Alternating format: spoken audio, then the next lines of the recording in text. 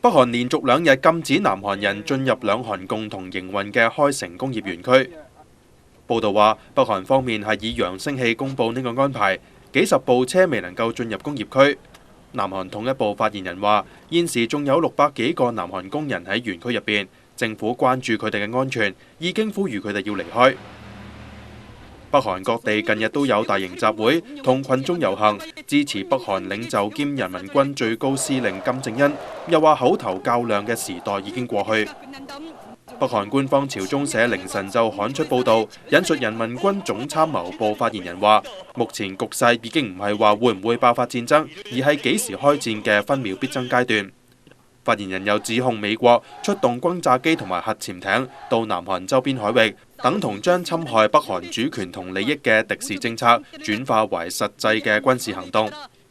人民軍發言人又正式知會美國白宮同國防部，平壤政府已經批准作戰計劃，北韓會以一連串強而有力嘅軍事實戰措施回應，並揚言美國會被北韓小型、輕量同多樣化嘅尖端核武擊敗，呼籲美國喺嚴峻局勢之下要深思熟慮。美國國防部長哈格爾喺華盛頓國防大學發表演說，即形容北韓連番恐嚇對美國同盟友都係實切嘅威脅，當局會認真看待。哈格爾又話，仍然有途徑和平化解危機，但係北韓必須同鄰國合作，以及確守作為國際社會一員嘅義務。